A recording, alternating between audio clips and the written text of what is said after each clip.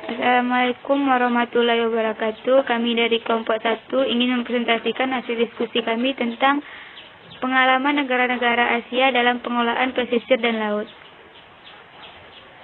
Pengelolaan ekosistem pesisir dan laut.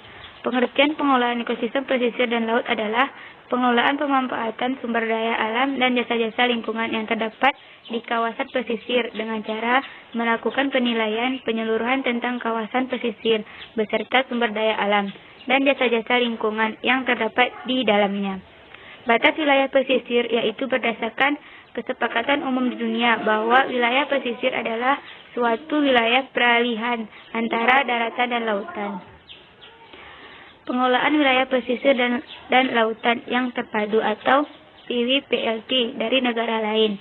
Negara-negara yang sebagian besar wilayahnya pesisir seperti Jepang, Amerika Serikat, Australia, Thailand, Oman, Republik Maldives, dan Sri Lanka.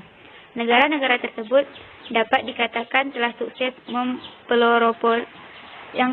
mempelopori perencanaan dan pembangunan wilayah pesisir yang terpadu dan berkelanjutan yang sedang berkembang kurang lebih 3 dekade selama ini. Artikel review terkait PWPLT menyoroti dua hal, yaitu 1.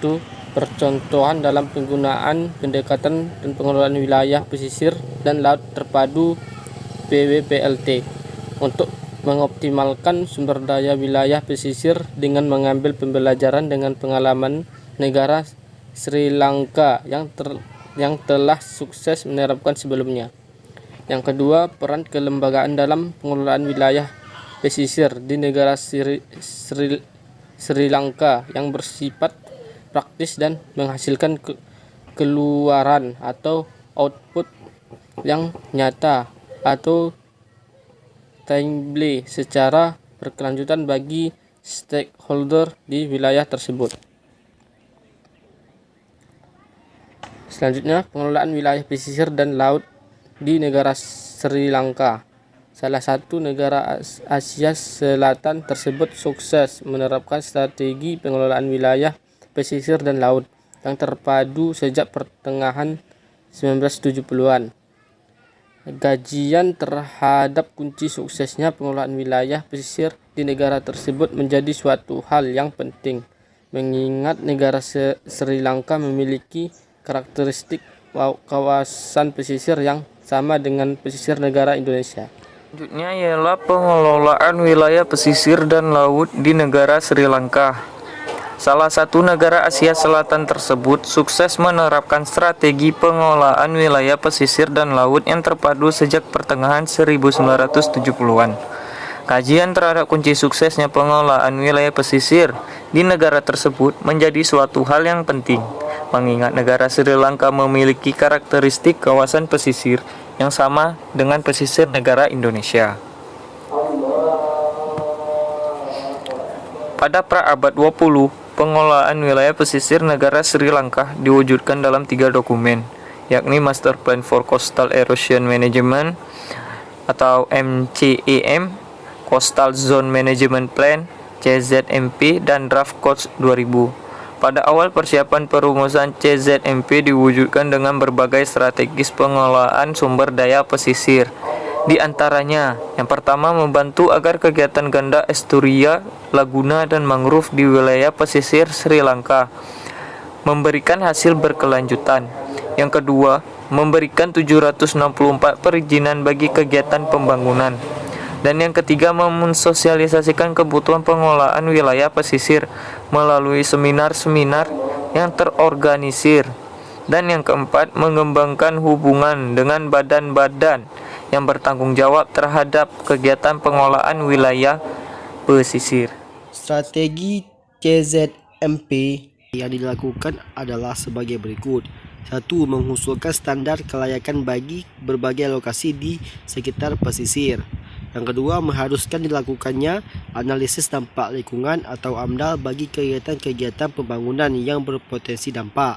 Yang ketiga, memberikan pedoman bagi kegiatan pengambilan pasir dan melarang kegiatan tambang pasir di daerah pantai, tanjung, serta wilayah lain yang berdekatan dengan terumbu. Yang keempat, melarang kegiatan tertentu seperti pengambilan karang kecuali untuk penelitian. Yang kelima, melarang kegiatan pembangunan tertentu yang merusak kualitas daerah alami tertentu. Yang keenam, mencegah kerusakan habitat pesisir alami. Yang ketujuh, mengendalikan pembangunan pesisir yang terdapat tempat perlindungan laut, burung dan satwa liar. Yang terakhir adalah merancang daerah-daerah konservasi di kawasan pesisir lainnya. Dokumen KORS 2000 terbagi menjadi dua, yakni dokumen pertama membahas mengenai kondisi existing pengelolaan wilayah pesisir saat ini, sedangkan dokumen kedua mengkaji kebijakan, strategi, dan perancangan pengelolaan wilayah pesisir secara komprehensif. Strategi pengelolaan wilayah pesisir yang dikembangkan dalam generasi kedua ini adalah sebagai berikut. 1. Melakukan pengelolaan sumber daya wilayah pesisir dilakukan secara terpadu dan serentak pada tingkat nasional, provinsi, dan daerah.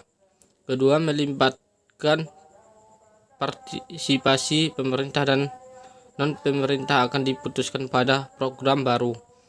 Ketiga, merencanakan dan mengimplementasikan daerah pengelolaan wilayah pesisir bagi daerah khusus dan strategis, baik secara lokasi geografis maupun ekonomi.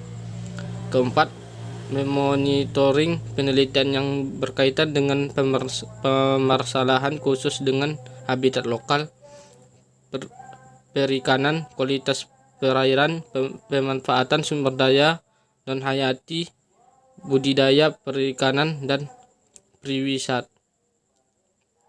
Kelima, meningkatkan kapasitas kelembagaan dan kesadaran masyarakat dalam pengelolaan wilayah pesisir melalui segala aspek, terutama dalam aspek pendidikan. Kelebihan pengalaman negara Sri Lanka dalam pengelolaan wilayah pesisir ditinjau dari aspek kelembagaan adalah inisiatif dari kelembagaan pemerintah yang mendukung secara penuh bagi pengembangan potensi sumber daya wilayah pesisir. Partisipasi kelembagaan pemerintah telah berhasil bekerja sama, berkoordinasi baik di tingkat nasional maupun lokal. Koordinasi interlembaga di kedua tingkat tersebut dapat dikaitkan memiliki hubungan yang erat. Kelemahan kelembagaan pengelolaan wilayah pesisir adalah belum terinformasikannya partisipasi masyarakat pesisir di Sri Lanka sendiri. Selain itu, belum terbangunnya suatu kelompok masyarakat yang memiliki kapasitas untuk pengelolaan tingkat lokal. Tentu hal ini menjadi penting karena dapat menjadi pendukung secara aktif, menyokong dan memberikan masukan dalam pengelolaan wilayah pesisir yang efektif. Sekian dari presentasi kami. Assalamualaikum warahmatullahi wabarakatuh.